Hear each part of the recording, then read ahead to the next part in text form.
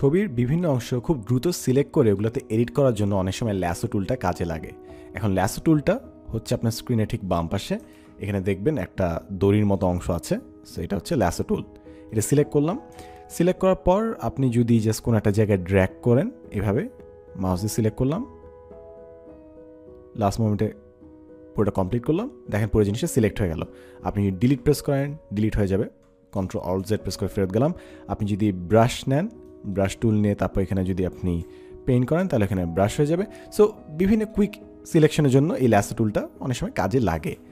এখন জিনিস হচ্ছে আপনার এখানে আরেকটা টুল আছে, আপনি যদি ক্লিক অ্যান্ড হোল্ড করে থাকেন ল্যাসো টুলে তাহলে দেখবেন পলিগনাল ল্যাসো টুল। সো এটা হচ্ছে আপনার লাইন অনুযায়ী করে, অর্থাৎ মনে করেন আপনি এই দেয়ালের অংশটা সিলেক্ট করতে যাচ্ছেন।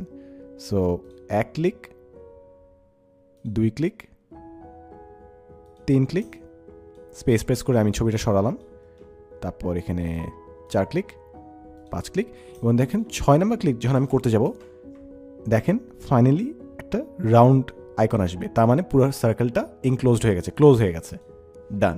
সো আমাদের পুরো সিলেকশন হয়ে গেল। এখন মনে করি এটাতে কোনো ইফেক্ট আমি দিতে যাচ্ছি, সো আমি জাস্ট একটা হিউ অ্যান্ড স্যাচুরেশন লেয়ার নিব, এখান থেকে নিলাম এবং তারপর এটা জাস্ট কালারটা চেঞ্জ করে দিলাম ইয়েলো, দ্যাটস ইট। সো এইভাবে আপনি ইজিলি জাস্ট ল্যাসো টুল ব্যবহার করতে পারেন, পলিগনাল ল্যাসো টুল, এবং আপনার সিলেকশন হয়ে যাবে। ম্যাগনেটিক ল্যাসো টুলটা খুব একটা কাজে না, বাট স্টিল আমি দেখা দিচ্ছি এটা কী করে। ম্যাগনেটিক ল্যাসো টুল অবজেক্ট বুঝে, এবং ওই অবজেক্ট বুঝে সে নিজে নিজে, আপনি ক্লিকও করা লাগবে না, সে নিজে নিজে ওটার চারপাশে সিলেকশনটা করে ফেলে, ঠিক আছে।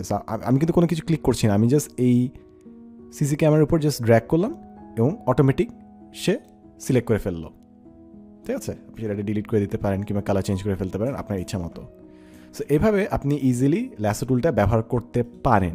এখন দেখেন এগুলো কিন্তু আরও অনেকগুলো টুল আছে, আপনি চাইলে কুইক সিলেকশন টুল, আপনি চাইলে পেন টুল দিয়েও সিলেকশন করতে পারেন। ফর এক্সাম্পল মনে করি এই জায়গাটা আমি সিলেক্ট করতে যাচ্ছি, তো ডাব্লিউ প্রেস করি, তাহলে আমাদের কুইক সিলেকশন টুল চলে আসবে, কিংবা দেখেন কুইক সিলেকশন টুল এখানে আছে। সো আমি কুইক সিলেকশন টুল দিয়ে যদি আমি সিলেক্ট করি, দেখেন এটা সিলেক্ট হয়ে গেল, তারপর আমি এটা কালারটা চেঞ্জ করে ফেলি, খুবই দ্রুত, খুবই দ্রুত, দেখছেন। বাট জিনিসটা একটা খেয়াল করেন, একটু যদি আমি জুম ইন করি, অল্ট আর স্ক্রল আপ করে যদি জুম ইন করি, এটা হচ্ছে কুইক সিলেকশন টুল দিয়ে, আর এটা হচ্ছে ল্যাসো টুল দিয়ে। সো ল্যাসো টুলেরটা অনেকটা ক্লিন আপনি দেখতে পাচ্ছেন, এটা হচ্ছে ল্যাসো টুল আর এটা হচ্ছে কুইক সিলেকশন টুল। সো অনেক সময় আপনি যদি স্ট্রেট লাইন যদি নিতে চান তাহলে আপনি ল্যাসো টুল দিয়ে কাজটা করে ফেলতে পারেন। সেম কাজ কুইক সিলেকশন টুল দিয়ে করা সম্ভব, কিংবা সেম কাজ আপনি যদি পেন টুল আছে, এই যে পেন টুল সিলেক্ট করলাম, পেন টুল দিয়ে আপনি সিলেক্ট করে ফেলতে পারেন। 1 ক্লিক, 2 ক্লিক, 3, এবং পেন টুলে আপনার আরও অনেক বেশি অপশন আছে, 3, 4, 5, এরপর পেন টুলে হয়ে গেল কাজ আমাদের। এরপর পিক্সেলস, কিংবা আমি এটাকে জাস্ট রাস্টারাইজ করি, রাস্টারাইজ লেয়ার, কন্ট্রোল দিয়ে সিলেক্ট করলাম, তারপর ওই জায়গাটা আমি চাইলে আবার এডিটটা করে ফেলতে পারি, এই যে হিউ অ্যান্ড স্যাচুরেশন দিয়ে আমি চাইলে চেঞ্জ করে ফেলতে পারি। এবং পেন টুলে আপনার অনেক বেশি ফ্লেক্সিবিলিটি আছে, আপনি অনেকভাবে চেঞ্জ করতে পারেন। সো আমরা সেম সিলেকশনটা একটা আমরা ল্যাস টুল দিয়ে করলাম, একটা আমরা সিলেকশন টুল দিয়ে করলাম, একটা আমরা পেন টুল দিয়ে করলাম। সো যেটা আপনার জন্য সুবিধা হয়, বাট সবগুলোর জন্য পেন টুলের জন্য সেপারেট ভিডিও থাকবে এবং সবগুলোর জন্য আলাদা সেপারেট ভিডিও থাকবে। সো যেইটা মেথডটা আপনার সহজ মনে হয় আপনি ওই মেথডেই কাজ করবেন। All the best.